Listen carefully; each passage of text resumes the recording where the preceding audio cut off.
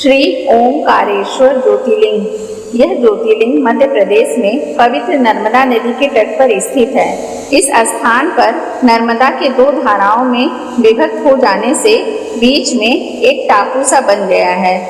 इस टापू को मंदाता पर्वत या शिवपुरी कहते हैं। नदी की एक धारा इस पर्वत के उत्तर और दूसरी दक्षिण होकर बहती है। दक्षिण वाली धारा ही मुख्य धारा मानी जाती है। इसी मंदाता पर्वत पर श्री ओंकारेश्वर ज्योतिर्लिंग का मंदिर स्थित है।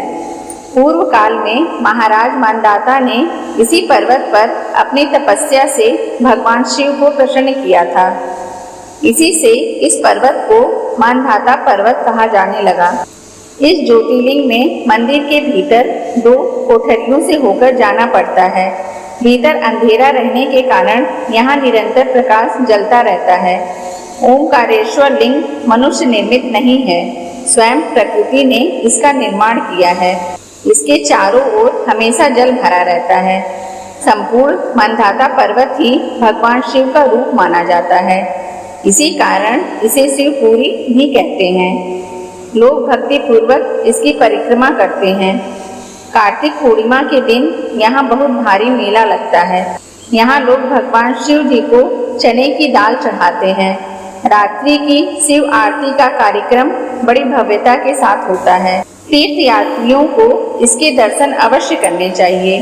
इस ओंकारेश्वर ज्योतिर्लिंग के दो स्वरूप हैं। एक को ममलेश्वर के नाम से जाना जाता है। यह नर्मदा के दक्षिण तट पर ओंकारेश्वर से थोड़ी दूर हटकर है। पृथक होते हुए भी दोनों की गणना एक ही में की जाती है। लिंग के दो स्वरूप होने की कथा पुराणों में इस प्रकार दी गई है। एक बार विंध्य पर्वत ने पार्थिव अर्चना के साथ भगवान शिव की 6 माह तक कठिन उपासना की। उनकी इस उपासना से प्रसन्न होकर भूत भावन शंकर जी वहां प्रकट हुए। उन्होंने विंध्य को उनके मनोवांछित वर प्रदान किए। विंध्याचल की इस वर प्राप्ति के अवसर पर वहां बहुत से ऋषिगण और मुनि भी पधारे। उनकी प्रार्थना पर शिव जी ने अपने ओंकारेश्वर नामक लिंग के 2 भाग किए। एक का नाम ओंकारेश्वर और दूसरे का अमलेश्वर पड़ा। दोनों लिंगों का स्थान और मंदिर पृथक होते हुए भी दोनों की सत्ता और स्वरूप एक ही माना गया है। शिव पुराण में इस ज्योतिर्लिंग की महिमा का विस्तार से वर्णन किया गया है।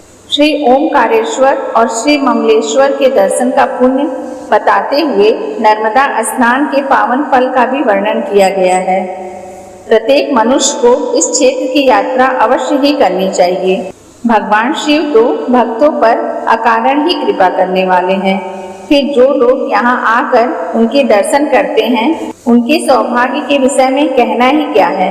उनके लिए तो सभी प्रकार के उत्तम पुण्य मार्ग सदा सदा के लिए खुल जाते हैं।